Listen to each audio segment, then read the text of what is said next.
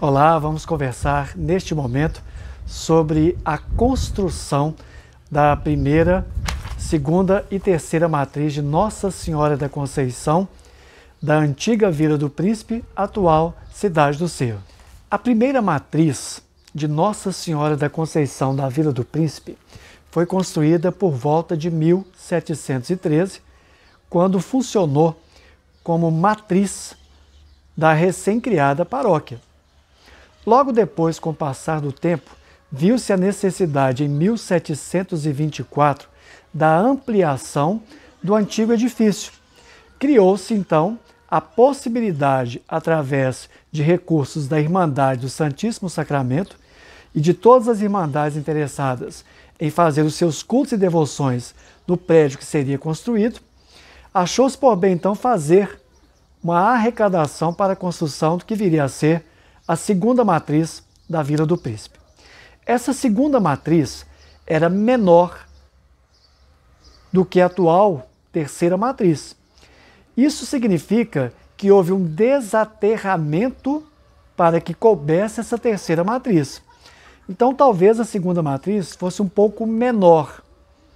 E nós não temos certeza em relação à sua fundação.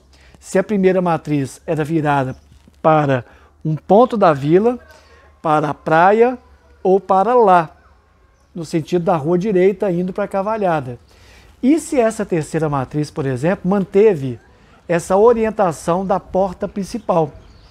O que a gente sabe é que para esse volume muito grande de construção da terceira matriz, foi necessário sim refazer o adro da antiga matriz e, mais do que isso, construir um paredão que depois veio se tornar o paredão da matriz em pedra-sabão.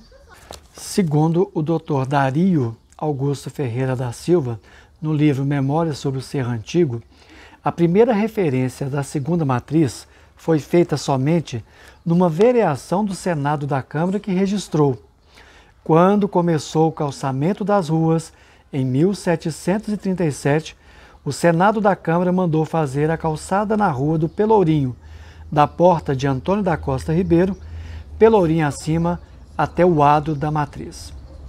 Em 6 de março de 1843, trabalhava na matriz o pedreiro Severo Sebastião de Gouveia, na execução de conserto das torres e frontispício, sob o risco e plano do arquiteto João Jorge Maier, no valor de 5.480 réis.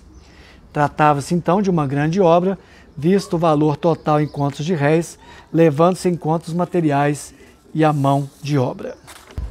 É por isso que nós podemos dizer que a segunda matriz da paróquia de Nossa Senhora da Conceição durou pouco tempo, provavelmente de 1724 até 1770, 1773, quando de fato os livros começam a registrar um movimento no sentido de reformar, de dar um acabamento novo. É interessante perceber que a passagem da segunda para a terceira matriz, ela foi sendo pautada aos poucos. Nós temos que do final do século XVIII até 1872, essa obra não parou. Foram quase 100 anos para chegar, digamos, ao que a gente tem hoje como terceira matriz. Isso era muito comum no século XVIII, isso era muito comum porque era necessário grande soma de recursos para manter essa igreja de pé. Muitas vezes, quando começava a construir, algumas partes do próprio templo já estavam necessitando de alguma outra reforma. Para se chegar à pintura final, muitas vezes se levavam anos. E aqui vem uma questão interessante. O que é servir para celebrar uma missa? Os antigos, especialmente do século XVIII, chamavam isso de prontidão e decência. O que é um templo pronto e decente para o culto divino? É um templo que tem o altar-mor, é um templo que tem alguns lugares para se assentar, é um templo que tem a pedra ara, que é a pedra que fica em cima do altar, onde é colocado o cálice que vai se tornar o corpo e sangue de Jesus. E é isso que funcionava, fazia funcionar um templo. Essa decência não contava pintura, a finalização de altares laterais e aí por diante. Muitas vezes havia uma preocupação com as campas, com o piso da igreja. Isso porque as irmandades precisavam cobrar para manter o próprio templo, para fazer os sepultamentos. Então, quando nós temos o terceiro templo ele é considerado concluído no final do século XIX. Interessante perceber que foi no ano de 1821 que nós tivemos a visita do bispo de Mariana à paróquia de Nossa Senhora da Conceição. Trata-se da visita pastoral de Dom Frei José da Santíssima Trindade, que fez algumas notas importantes em relação à matriz de Nossa Senhora da Conceição. Ele destacava a pouca decência, mas dizia da prontidão, ou seja, estava pronta para o culto, mas deixou nele uma impressão ruim, de inacabamento. É por isso que, com o passar do século XIX, nós temos que lembrar que nesse momento, no século XIX, as irmandades leigas estavam muitas vezes sem muitos recursos para aplicarem nas reformas das igrejas. As irmandades leigas não são tão poderosas como no século XVIII, então há pouco recurso para obras, para grandes obras. Então, nesse contexto do século XIX, de fato, as obras demoram mais tempo. Quando a matriz estava em obra, para onde era mandada a função de matriz? Exatamente para duas outras igrejas.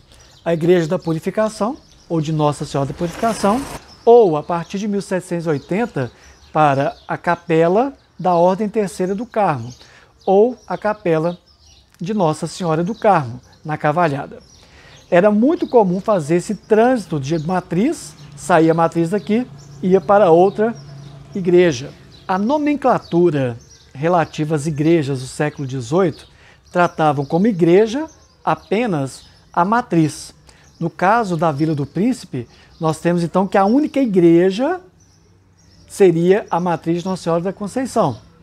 As outras seriam filiais ou capelas. A Capela do Matozinhos, da Purificação, do Rosário, da Santa Rita e aí por diante.